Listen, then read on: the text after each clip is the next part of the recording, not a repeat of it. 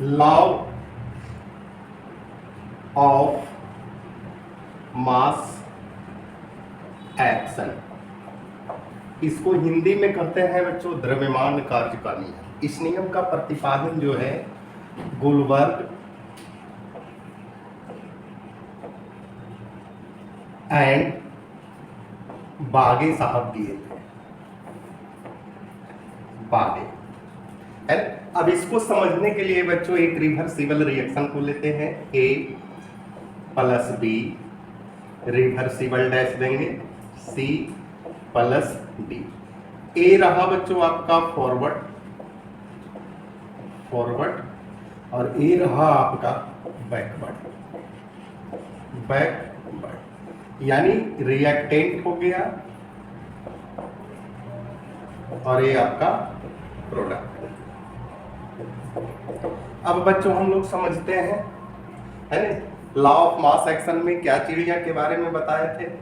अब ये जो है बच्चों रेट ऑफ फॉरवर्ड रिएक्शन हो गया और ये जो है रेट ऑफ बैकवर्ड रिएक्शन हो गया। तो यहां लिखेंगे rate of forward reaction directly proportional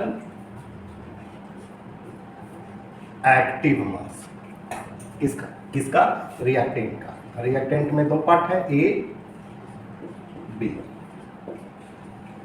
अब बच्चों यहां ध्यान दीजिएगा, अगर एक प्रोपोर्शनल को हटाते हैं तो कांस्टेंट आता है, rate of forward reaction constant. यानी इसको अगर ऐसे करते हैं के एफ ए हो गया आपका। इसी तरह से बैकवर्ड का लिखेंगे rate of backward reaction directly proportional active mass product का सी और एक्टिव मास डी।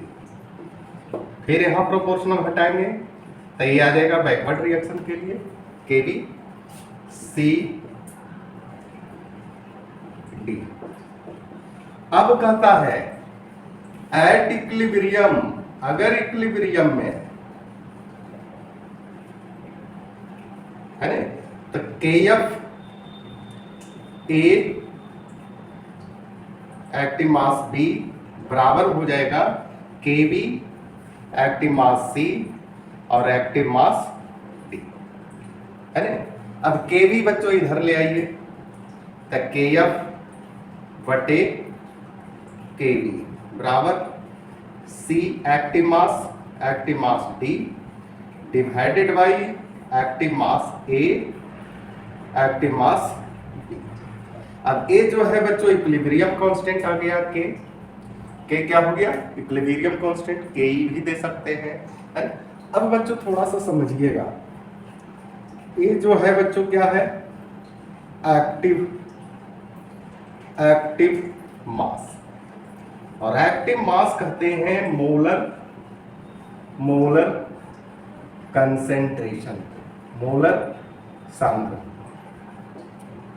है ना।